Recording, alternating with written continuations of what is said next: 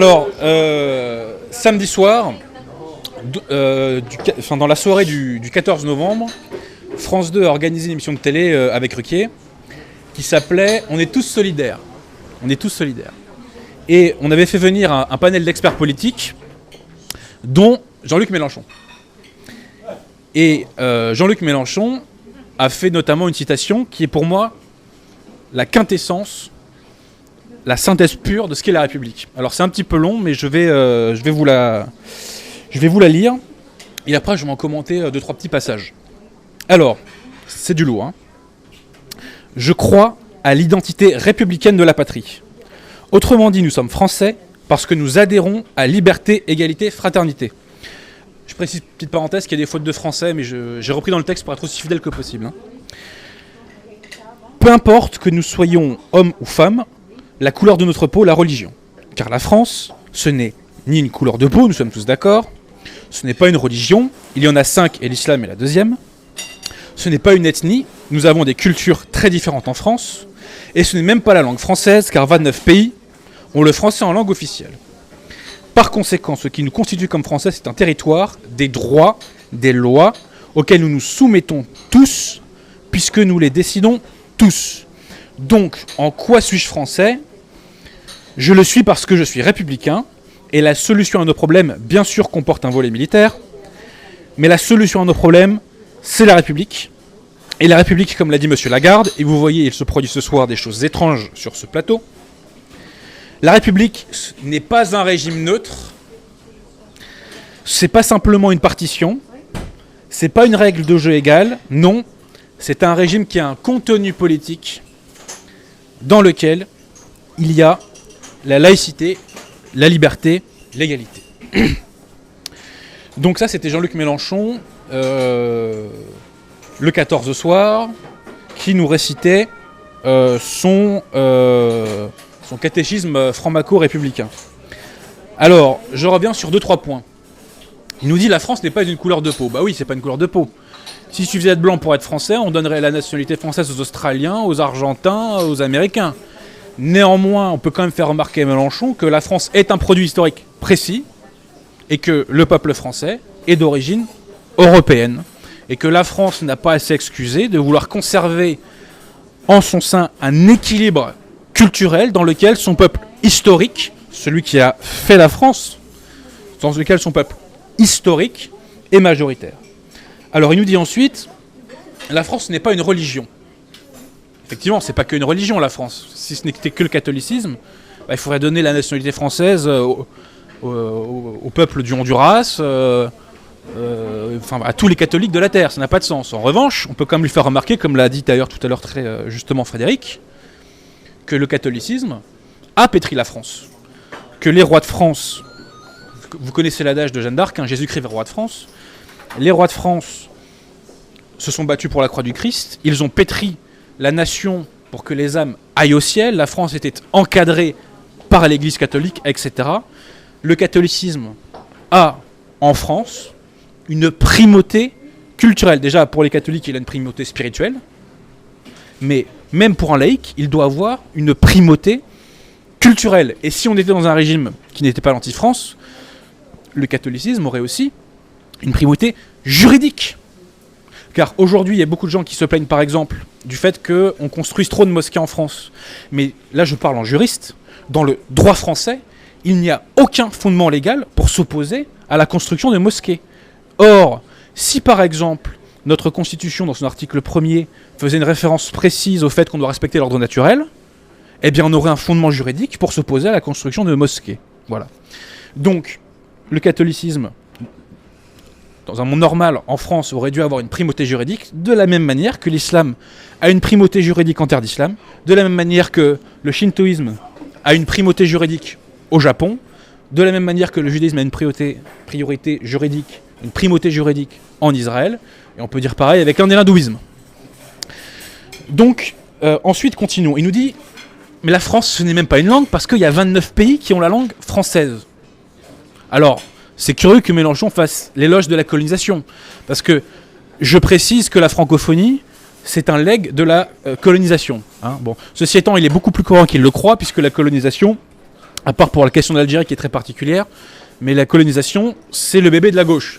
Puisque je précise que la droite, entre 1877 et jusqu'à 1940, n'a jamais eu la majorité en France. Hein. Elle n'a jamais eu la majorité. Il y a eu des majorités un peu de centre-droit, et encore, c'est un peu plus compliqué que ça quand on gratte un peu derrière. Je renvoie à Baudelomeni qui explique ça mieux que moi. Mais c'est la gauche qui a tenu les manettes à cette époque-là. Donc quand même rappelons à Jean-Luc Mélenchon que le français, il vient quand même de la France. Et que le français n'est qu'une langue d'importation dans les autres pays. Donc on voit bien que Mélenchon, je m'arrête là un court instant, accepte la France à partir du moment où il répudie tout ce qui fait principalement la France. C'est-à-dire notre langue, la religion, notre patrimoine culturel, etc. Et pour Mélenchon, qu'est-ce qui fait de lui un Français? Il le dit, je ne l'invente pas. Attendez. Ce qui nous constitue, c'est un territoire. Là, à la limite, on pourrait s'entendre, parce que la question du territoire, elle est capitale. Mais le problème, c'est qu'il bifurque immédiatement. Il nous dit, ce sont des droits, des lois auxquels nous nous soumettons tous, puisque nous les décidons tous. Alors, petite mise au point. 80% de nos lois sont des transpositions de directives européennes.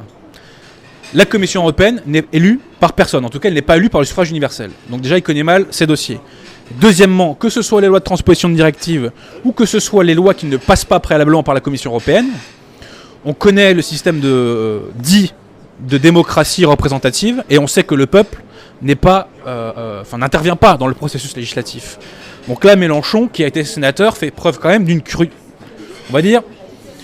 d'une carence un peu tartuffesque, si je puis dire. Mais il a l'air d'y croire et on voit bien qu'il est dans le domaine du religieux. Il n'est pas dans le domaine du factuel, il est dans le domaine du religieux quand il nous dit ça. Et il nous dit donc, nous décidons tous ces lois et nous nous soumettons tous à ces lois. Et la seule chose qui fait qu'on est français donc, c'est le fait d'être soumis à des lois. Donc ça veut dire que quelqu'un qui respecte le code général des impôts, le code civil, le code du travail, est français. Eh bien, les Français qui sont français sur cette base uniquement, et là je me permets de citer un monsieur sur lequel on a dit beaucoup de mal, mais qui était un Français extraordinaire, qui était monsieur Xavier Vallat. Je reprends une de ses phrases qu'il a dit à son procès. Eh bien, ces gens-là, qui sont français uniquement sur cette base-là, sont des stagiaires de la nationalité française. Voilà. Merci monsieur Xavier Vallat, un grand français. Donc, je continue, Mélenchon nous dit je suis français parce que je suis républicain. Donc, c'est là qu'on voit le délire de la pensée du bonhomme. Je suis français parce que j'ai répudié tout ce qui fait la France. En réalité, que nous dit Mélenchon? Il nous dit simplement que la République est un autre pays. La République, c'est un autre pays qui a répudié tous les fondements civilisationnels de la France. Et quand on parle à un républicain, que je requalifie moi-même de jacobin, on voit bien qu'il n'a pas le même logiciel que nous, il n'a pas les mêmes référents que nous, parce qu'il défend un autre pays. Et d'ailleurs, quand on parle à un pur républicain des intérêts de la France, pour lui, c'est l'équivalent du fascisme. Pourquoi Ah bon, là, le pouvoir nous a dit qu'il fallait sortir des drapeaux. Mais on sait très bien qu'avant les attentats, sortir le drapeau français, c'était un truc d'extrême droite, c'est un truc de facho.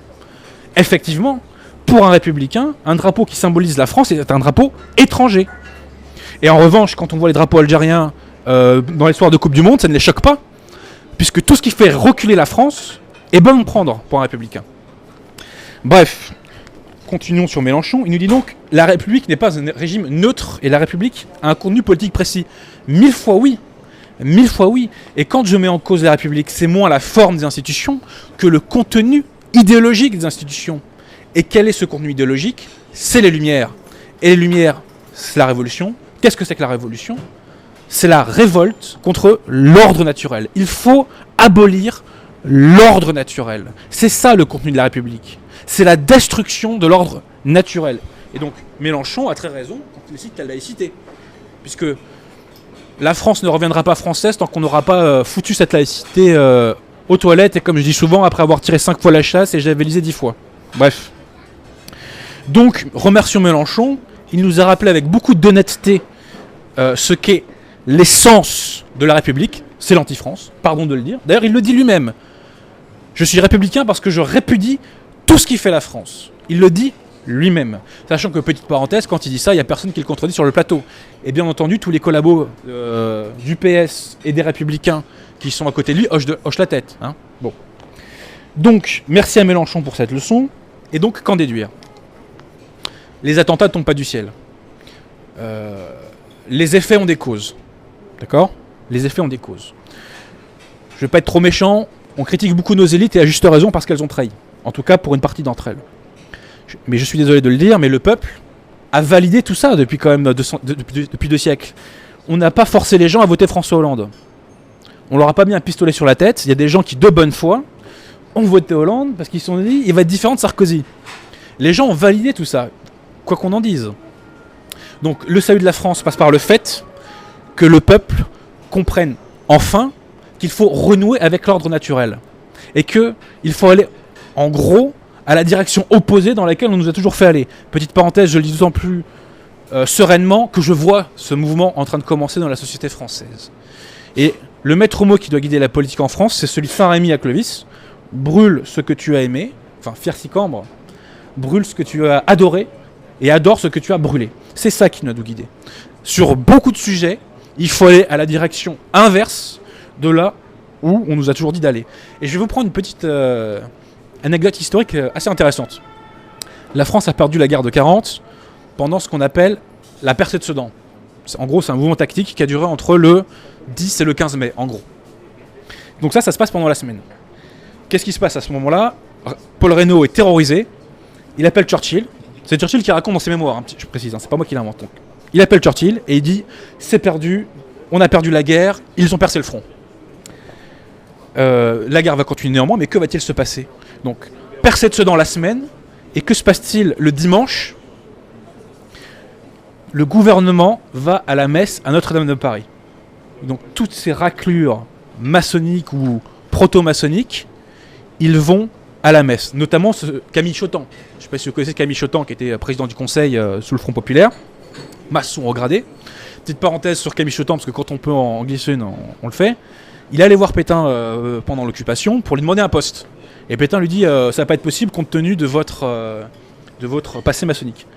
Et Chotan lui répond mais monsieur le maréchal, ce n'était qu'un péché de jeunesse. C'est dire la teneur des convictions de ces gens-là. Hein? Bref. Donc vous disais-je,